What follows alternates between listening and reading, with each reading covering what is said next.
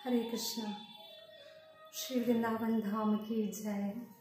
हमारे साथ अत्यंत सौम्य स्वभाव के और उतने ही प्रेम प्रदान करने वाले पद्मनाभ गोस्वामी जी, उनका हृदय से मैं स्वागत करती हूँ। इस समय हम श्री राधा रमन जी के निकट हैं और गोपाल भट्ट गोस्वामी जी, जिन्होंने प्रत्यक्ष राधा रमन जी को प्रकट किए थे, उनके ही निकट हम विराजमान हैं। पद्मनाभ गोस्वामी जी यह गोपाल भट्ट गोस्वामी जी के परंपरा से आए हुए हैं। वे यहाँ पे धार्मिक तथा सांस्कृतिक चीज़ों में अग्रसर है ही, किंतु यह हमारा निजी अनुभव है कि उनका गुरु जी के रूप में तो हमेशा कृपा बनी रही है, किंतु एक परिवार के सदस्य की तरह ही नित्य कृपा बरसती रहती है। मैं विनती करती हूँ पद्मनाभ गोस्वामी जी अर्थात मेरे गुरु जी से कि गोपाल भट्ट गोस्वामी जी की परंपरा से होने के नाते वो अपने आप को कैसा महसूस करते हैं और उनके बारे में आपके मुख से सुनना भी चाहेंगे। श्री गोपाल भट्ट गोस्वामी का जन्म दक्षिण भारत में हुआ था और उनके पिता श्री वेंकट भट्ट वह दक्षिण में प्रसिद्ध श्री रंगम मंदिर के मुख्य सेवायत थे और वहाँ पर श्री रंगम मंदिर की सेवा पूजा अर्चना का कार्य करते थे। घर में लालन पालन संस्कार उसी प्रकार उनको अपने पिता से प्राप्त हुए। बाल स्वभाव से ही श्री गोपाल भट्ट गोस्वामी का भगवत सेवा, भगवत पूजन, भगवत आराधना में उनका मन लगा रहता था। जब भगवान को अपने भक्त पर कृपा करनी होती है तो वह निश्चित ही किसी न किसी प्रकार से या किसी न प्रकार रूप से वह वहां पर उस लीला को वहां पर लीला प्रदान करते हैं। उसी क्रम में हमारे सबके आराध्य श्री चैतन्य महाप्रभु, जो कि कलयुग में श्री राधा कृष्ण के जुगल अवतार के रूप में हुए, उन्होंने समस्त पृथ्वी पर इस भारतवर्ष के प्रत्येक कोने में हरिनाम का प्रचार प्रसार किया। उस हरिनाम का प्रचार प्रसार जीव मात्र को करने के लिए ही वह अपनी दक्षिण भारत की यात्रा पर वहां गए। दक्षिण भारत की यात्रा में जब वह श्रीरंगम पहुंचे तो प्रातः वहां पर नदी में स्नान किया। गंडकी नदी तो कावेरी नदी में स्नान किया और कावेरी नदी में स्नान करने के पश्चात भगवान श्रीरंगम के दर्शन किए।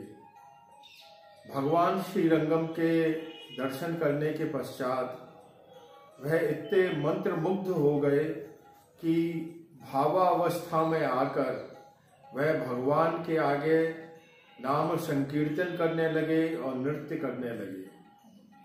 उनकी वह भावमय मुद्रा, भक्तिमय मुद्रा को देखकर जो वहाँ वेंकट भट्ट जो मुख्य अर्चक थे वह काफी प्रभावित हुए। उन्होंने कहा कि यह अवश्य कोई भगवत स्वरूप है जो इस प्रकार भगवान का कीर्तन और भगवान के नाम का स्मरण और नृत्य यहाँ पर भगवान के सामने कर रहे हैं। जब भावावेश में उनका नृत्य और संकीर्तन महाप्रभु का समाप्त हुआ तो उसी समय वेंकट भट्ट ने श्री चैतन्य महाप्रभु से यह निवेदन किया कि प्रभु, आज आप श्री ठाकुर जी का प्रसाद मेरे घर पर ग्रहण करें। महाप्रभु ने स्वीकृति दी। स्वीकृति देने के पश्चात महाप्रभु वेंकट भट्ट के घर गए और वहां जाकर उन्होंने भगवत प्रसाद का सेवन किया। आपस की चर्चा परिचर्चा में वेंकट भट्ट को मालूम पड़ा कि महाप्रभु अभी दक्षिण की यात्रा में और आगे जाएंगे। वेंकट भट्ट ने महाप्रभु से निवेदन किया कि प्रभु, चतुर्मास प्रारंभ होने वाला है और शास्त्र के अनुसार सन्यासी का यह नियम होता है कि वह एक स्थान पर ही रहकर चतुर्मास का नियम का पालन करें। तो मेरा आपसे निवेदन है कि आप चतुर्मास नियम का पालन इस बार मेरे स्थान पर ही रहकर करें। श्री चैतन्य महाप्रभु ने सहर्ष अपनी स्वीकृति प्रदान कर दी और श्री चैतन्य महाप्रभु ने उस समय चतुर्मास अर्थात 4 माह तक वेंकट भट्ट के घर पर ही रहकर निवास किया। वेंकट भट्ट के ही बालक गोपाल भट्ट थे, जिनकी अवस्था उस समय लगभग 12-14 साल की थी। वह स्वयं महाप्रभु के समस्त कार्यों को स्वयं संपादित करते थे। महाप्रभु के चाहे प्रसाद सेवन का कार्य हो, चाहे ठाकुर जी की सेवा का हो, चाहे महाप्रभु के विश्राम का हो, किसी भी प्रकार की कोई महाप्रभु की सेवा का कार्य था तो एक छोटे बालक के समान बड़े उत्साह से, बड़े भाव में होकर श्री चैतन्य महाप्रभु के लिए वह गोपाल भट्ट वहां पर उनकी वो सेवा करते थे।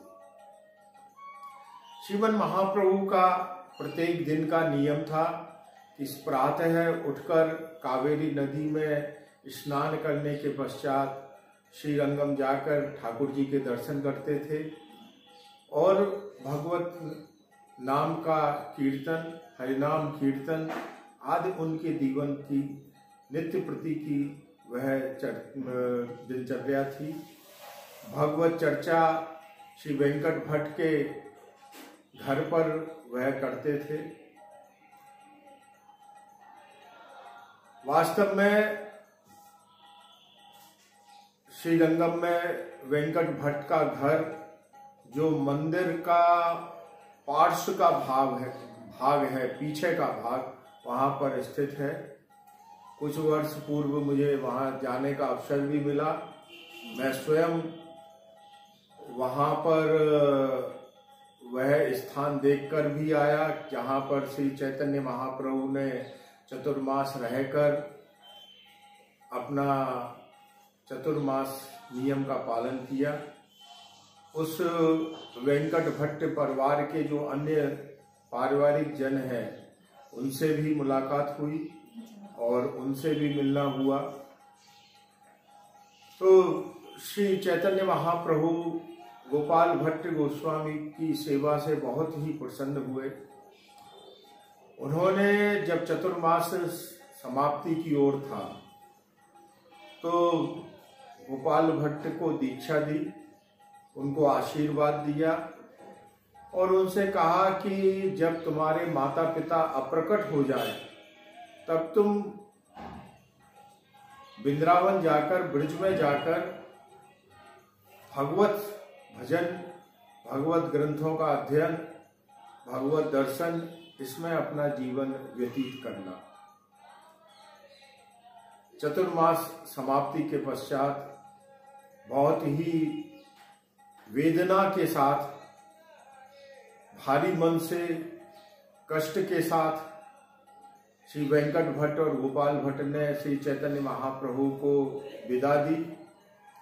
श्री चैतन्य महाप्रभु अपने दक्षिण भारत की शेष यात्रा के लिए वहां से उन्होंने प्रस्थान किया। दूसरी तरफ जब गोपाल भट्ट गोस्वामी की आयु लगभग 25-26 वर्ष की थी तो उनके माता पिता अप्रकट हो गए। माता पिता के अप्रकट होने के पश्चात उनके मन में यह विचार और एक दृढ़ संकल्प आया कि श्री चैतन्य महाप्रभु ने मुझको आदेश दिया कि मैं माता पिता के अप्रकट के पश्चात ब्रज में जाऊं, वृंदावन जाऊं, तो वह उसी संकल्प के साथ यहाँ ब्रज में आए। ब्रज में आकर वृंदावन में जब आए तो यहाँ पर श्री रूप गोस्वामी, सनातन गोस्वामी, श्री प्रबोधानंद सरस्वती आदि अनेक गौड़िया वैष्णवों से उनका साक्षात्कार हुआ। किंतु यहाँ आकर उनके मन में एक कष्ट ये हुआ कि उनको रूप गोस्वामी और सनातन गोस्वामी से यह पता लगा कि महाप्रभु वृंदावन और ब्रजमंडल का भ्रमण कर नीलांचल के लिए अर्थात जगन्नाथपुरी के लिए वापस चले गए। तो उनके मन में यह कष्ट रहा कि मैं दोबारा महाप्रभु के दर्शन को प्राप्त नहीं कर पाया।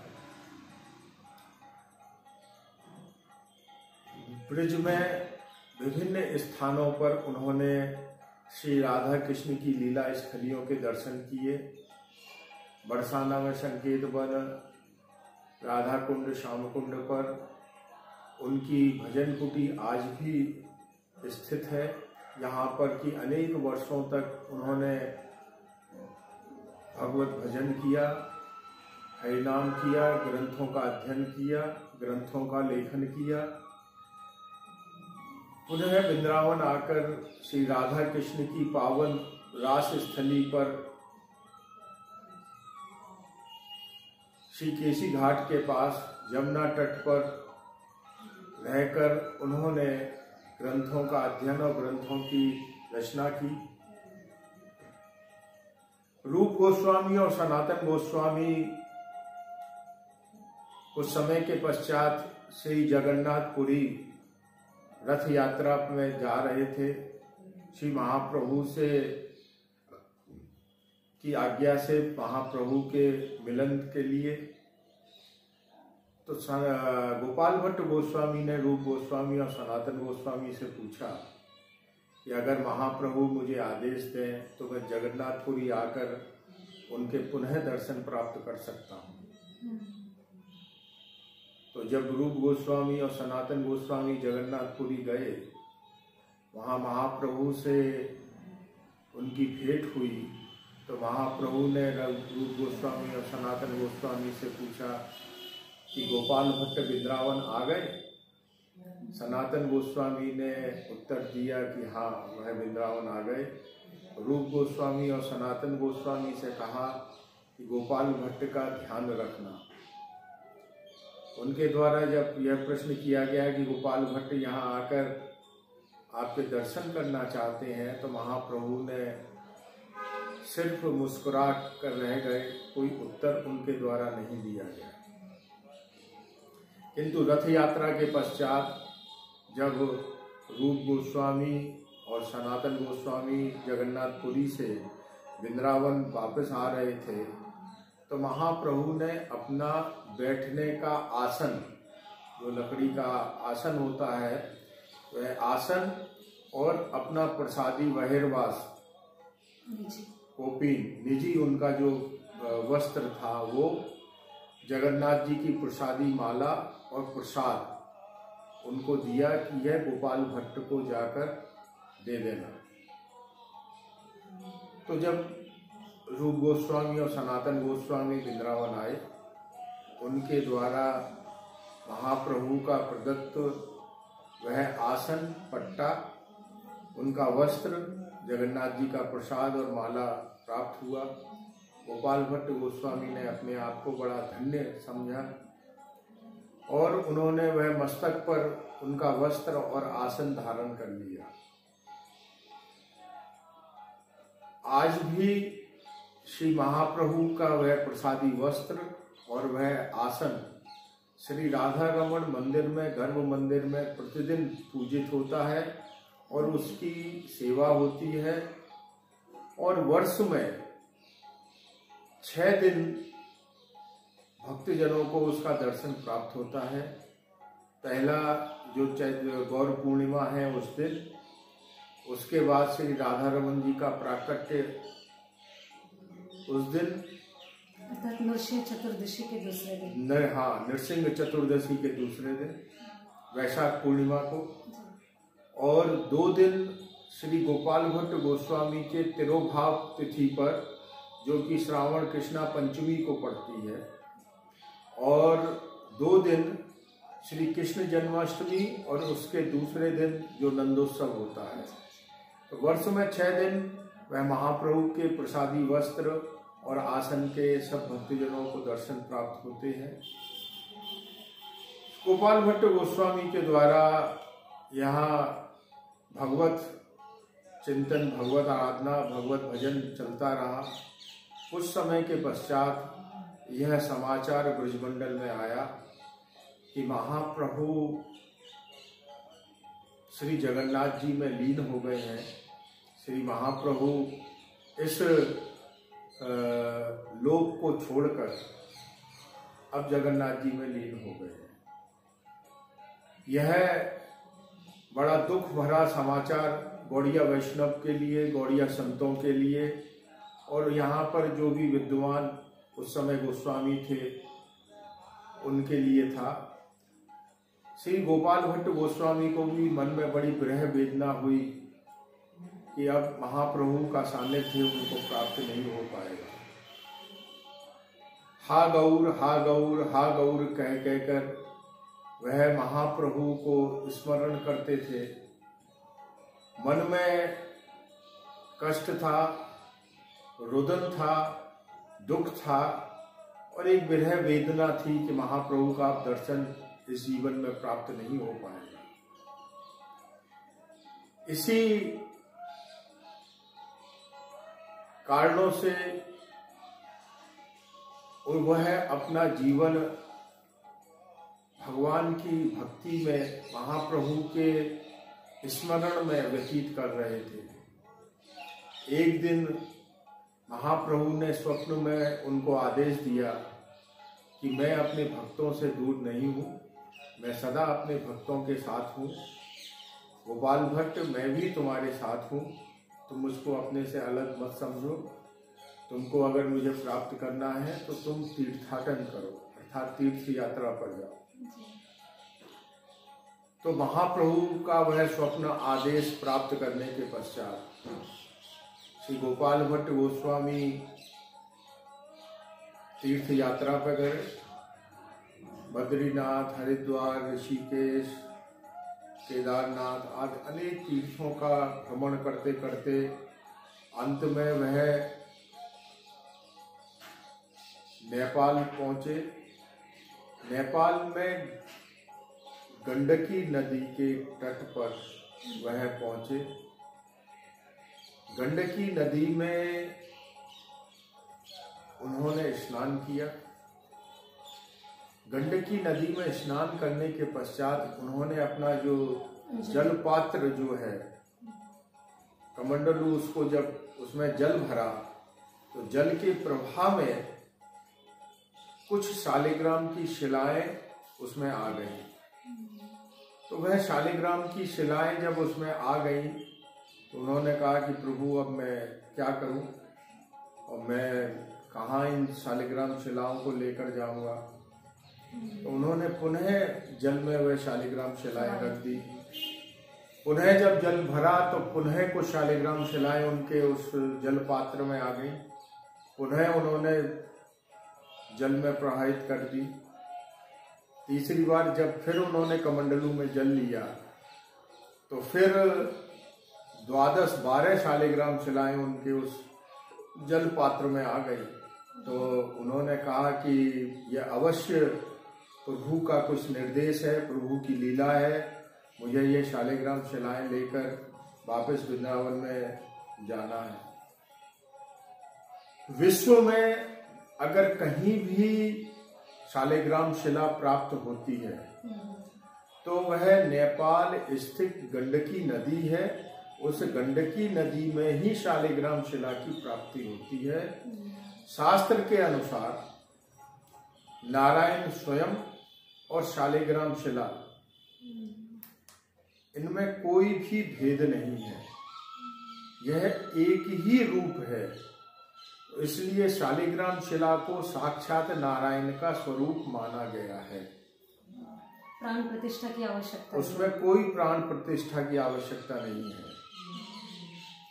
तो वह गोपाल भट्ट गोस्वामी 12 शालिग्राम शिलाओं को लेकर वृंदावन में आए।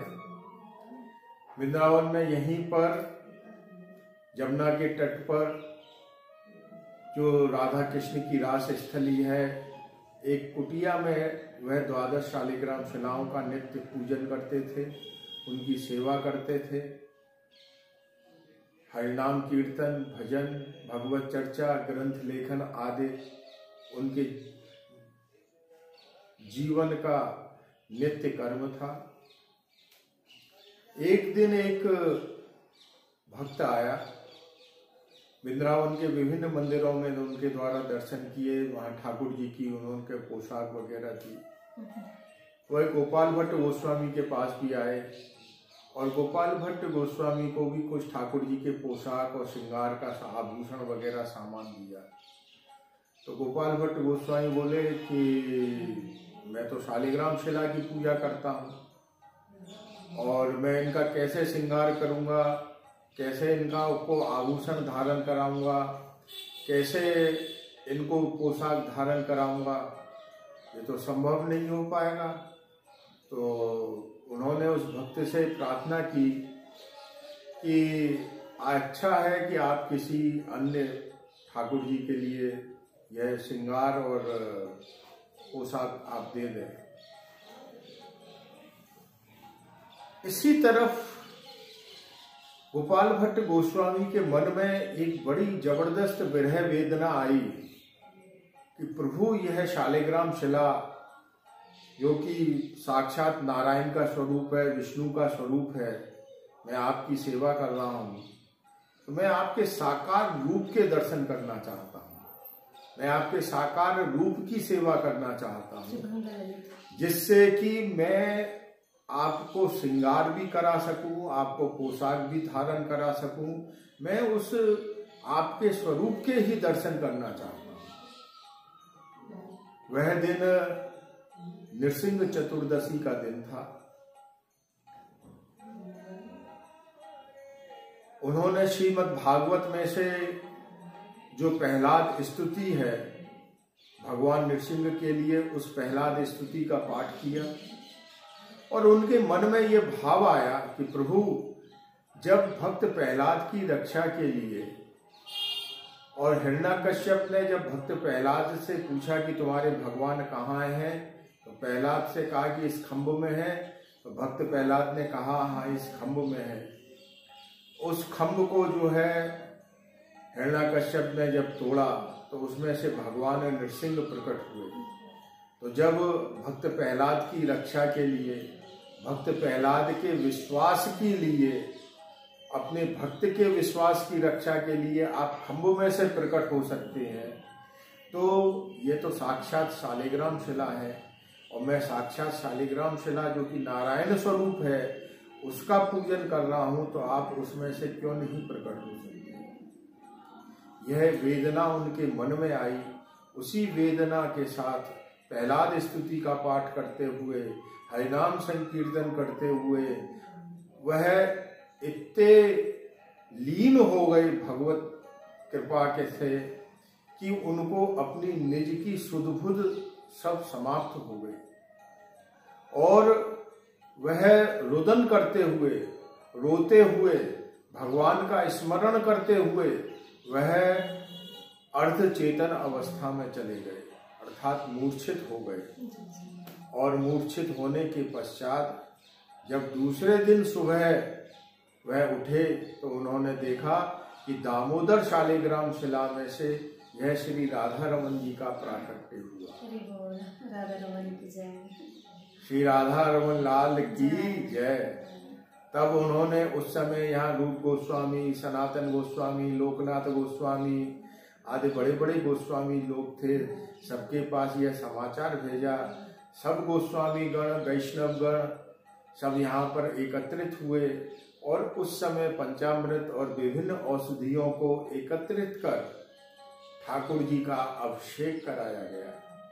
आज भी वैशाख पूर्णिमा के दिन श्री राधा रमन जी के प्राकट्य का अभिषेक बड़े ही जोर शोर से, भक्ति भाव से, उत्साह से, प्रेम से, श्रद्धा से संपन्न होता है और उसी परंपरा में आज तक वह चीज होती आ रही है। जी बिल्कुल।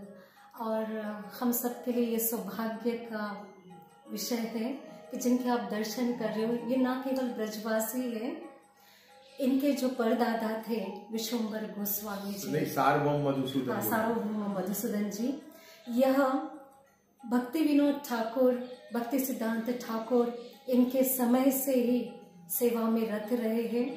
उनके ही परंपरा से जुड़े हुए पद्मनाभ गोस्वामी जी, अर्थात हमें भी जिनकी कृपा नित्य प्राप्त होती है, ऐसे गुरु जी, उनका हम धन्यवाद प्रकट करते हैं। और आइए हम अब दर्शन करते हैं गोपाल भट्ट गोस्वामी जी के समाधि लीला स्थली की। धन्यवाद गुरु जी। हरे कृष्ण।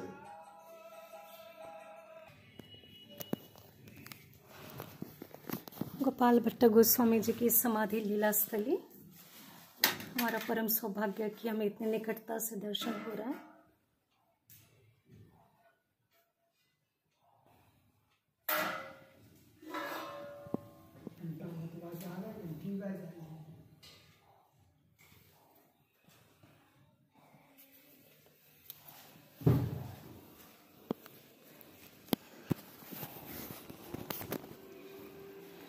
हरे कृष्णा।